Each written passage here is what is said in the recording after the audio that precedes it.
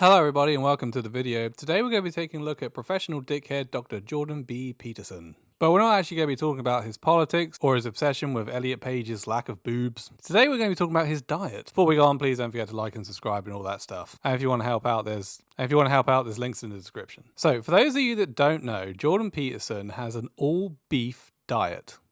All beef. It's beef. Beef, beef, beef. All day, every day, beef. Here he is talking about it. Are you still eating your all beef diet? Unfortunately, yes. Really, just beef? Not? Can you have like ketchup on it? Nothing. Ketchup on beef? Right. Yes, I would. Get the fuck out of here. Even if he could have ketchup on it, I don't even think Jordan Peterson is that much of a monster that he would have ketchup on a steak. Ketchup is for chips.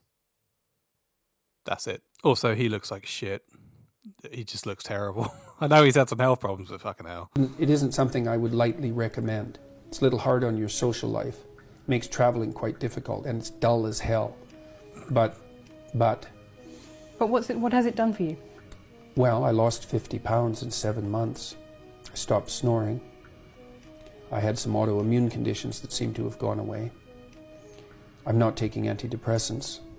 My mood isn't perfectly regulated, but I'm under a fair bit of stress, so that might have something to do with it. I sleep much less. I can work. That's not a good thing.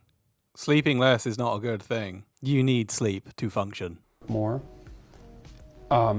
Also, this all meat diet, this all beef diet, has apparently cured my daughter.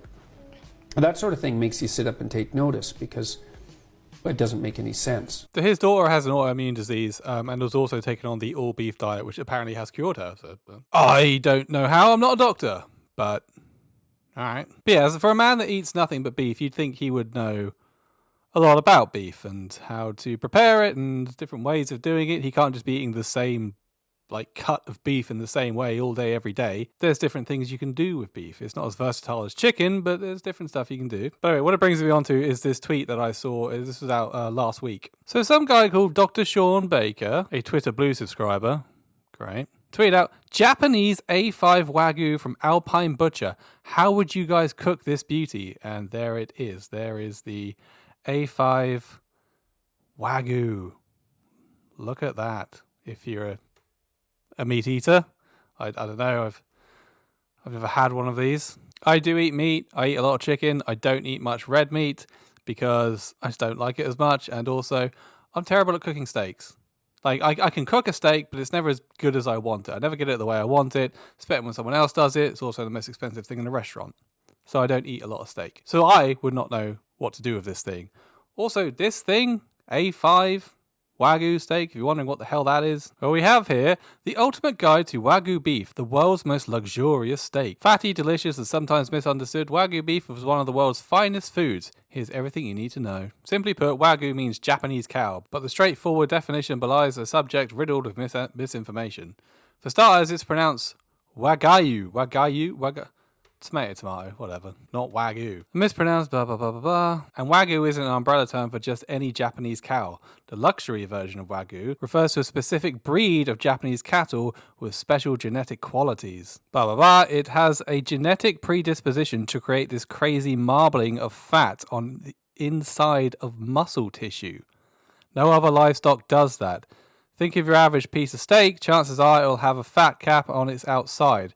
With Wagyu, the cow metabolizes the fat internally, so it is integrated within the muscle. So basically, this marbling you see here, this is fat in the muscle, which apparently is what makes it so damn tasty. Basically, these cows have been specially bred over hundreds of years.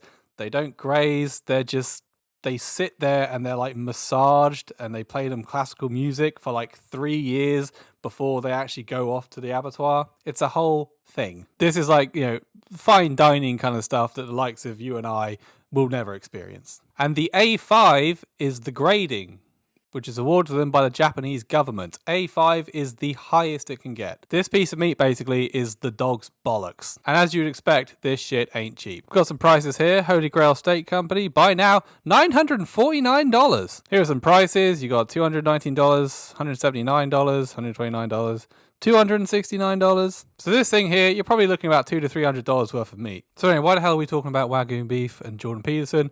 Because Jordan Peterson replied to this tweet with how he would cook this $300 piece of meat.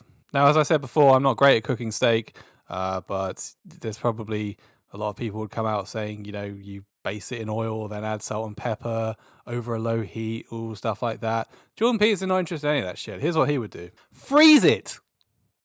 Then air fry at 450. Drain the fat, add a little water and plenty of salt into the pot for your au jus. I think I'm saying au jus right. Crispy on the outside and no more than medium internally. You might as well throw it in the fucking bin. Drain the fat. That's the whole thing of this meat, is that it's got fat in the fucking muscle. Hundreds of years of rearing cows and breeding them to make this,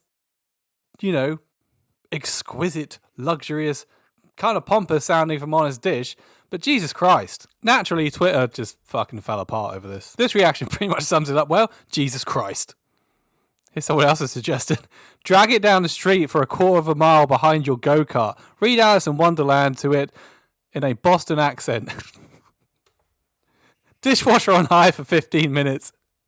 Searing cast iron served with buttery smooth mashed potatoes. How fucking dare you offer such horrible advice? This is an affront to whatever gods there may be. Air fryer, drain the fat. Sir, this is one of the finest cuts of meat on the planet, and you want to destroy it. Add a little water, my man's eating sloppy steaks. I respect you greatly as a psychologist, but I feel like we may come to some disagreement regarding cooking. He offers equally terrible advice in both fields. This is pretty standard.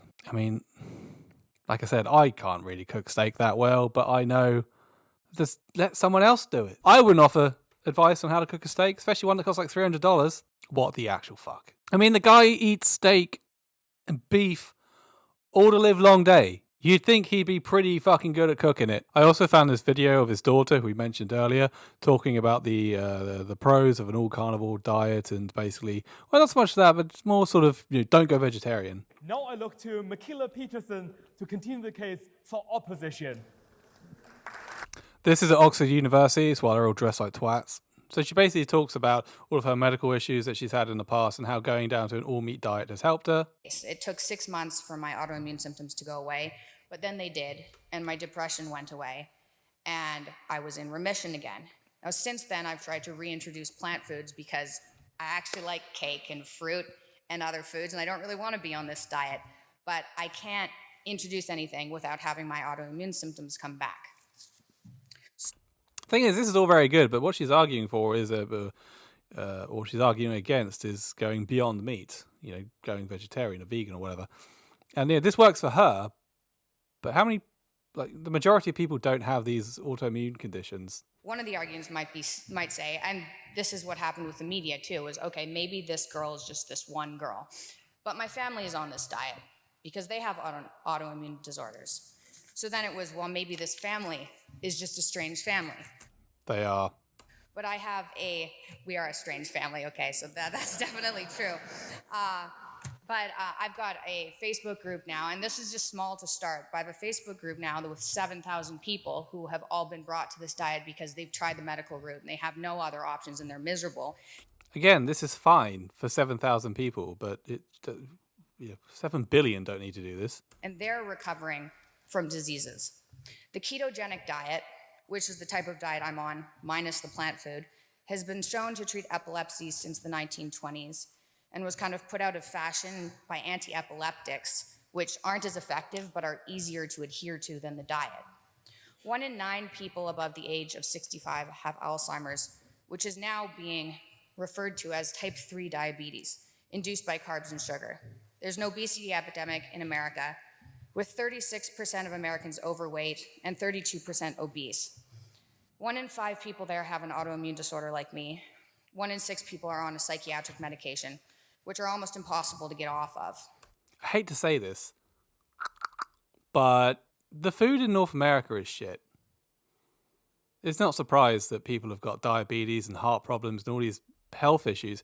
If you've ever been to America and eaten a sandwich, the bread tastes like cake. No one needs that much sugar in bread. I can't really bother to watch the rest of that. But yeah, basically, if you have to go on an all-meat diet because of health problems, fair enough. But at least learn how to fucking cook it. I feel like I should have issued a trigger warning for meat eaters. Anyway, I gotta go. Thank you very much. If you liked it, like, comments, all that stuff, yada, yada, yada. Subscribe. You can help donate and all that shit. Links in the description and everything. I'll see you later.